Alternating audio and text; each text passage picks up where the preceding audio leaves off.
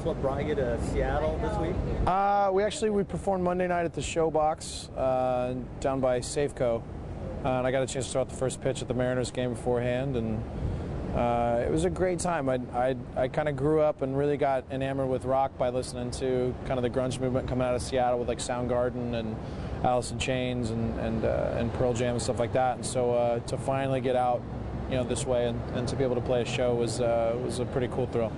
I mean, obviously I know the Space Needles here and stuff like that, but I wanted to try to find kind of indigenous little things about Seattle, and so walked down to I don't remember the name of it, but the like a river market. Oh yeah, Pike Place. Walked down there and then found a nice whiskey bar on 2nd Street and kind of hovered around that area and just found like some nice restaurants and stuff. And then we went to a nightclub, like a music club, and it was closed. Crocodile. Yeah. Went there and they weren't open. So. Oh, that's too bad. That is the place where a lot of those Seattle bands came up and in town here. Actually, my first single, "Light On," was written by Chris Cornell and Brian Howe. I haven't had a chance to meet him yet, but I probably owe him a huge thank you for that song, because it did really well for us and it's done really well for us. So, but past that, no, not really. I'm trying to think, but I don't think I've gotten a chance to meet really anybody. We've been kind of busy in our own right out on the road. So we actually this evening are heading off to Casper, Wyoming. We have a show there tomorrow night, and after that, don't ask because I don't know yet. Okay. I think more than anything, we filmed our show in Seattle, and the reasons for doing that: one, we needed to film the show for posterity's sake, and two, I just had this gut feeling that we were going to have a great vibe at that show, and really the crowd didn't disappoint. We had a fantastic turnout, and I can't say thanks enough for everybody for just putting what they did into that show. I mean, they definitely made it what it was. So. After tonight, where are you headed off to then? Like anywhere in town? Not that we're gonna follow you. Yeah. I don't know. I kind of just go wherever the day's gonna take me. So, could end up at a McDonald's. I could end up at a nice club somewhere. Who knows?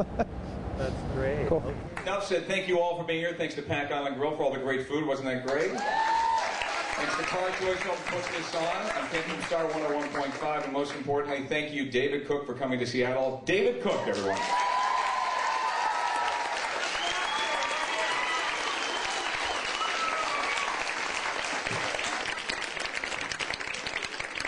The most important thing I've learned about myself, really, I think, growing up in Kansas City, Seattle, but,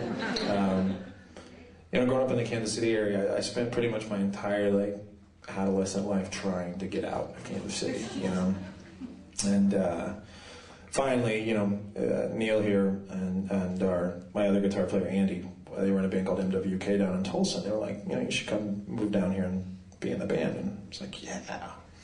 So, I moved down to Tulsa. And the second I moved down there, I was like, oh God, I'm on my own now.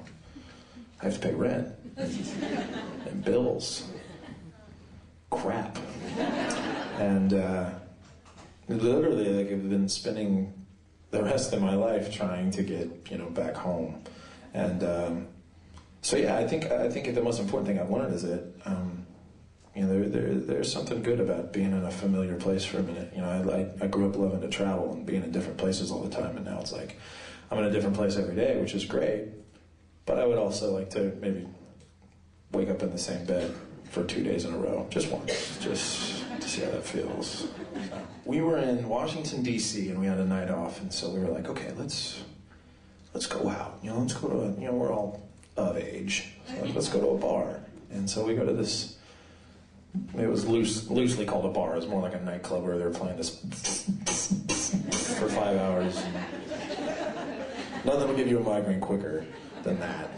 And this guy comes up and he's like, hey, my friend's over here having a debate. Are you from TV? And I was like, yeah. What's your name? David. Okay, cool. And he walks off, and then 10 minutes later, one of his friends, it was intoxicated girl comes up and she goes, "I know you. You're that David guy from TV." And immediately I'm like, all right, those are the 2 facts that I gave that guy. So I'm like, all right, what's my last name? She's like just cocksure. She's like, Archuleta. I was like, thanks for playing, have a good night, you know? So there's that way, which is funny. When you like send a friend up, sometimes when we're walking like down the street or something, you'll see somebody, and it's weird. Like my peripheral vision has become 20/20 because of this gig. But you'll see people kind of like.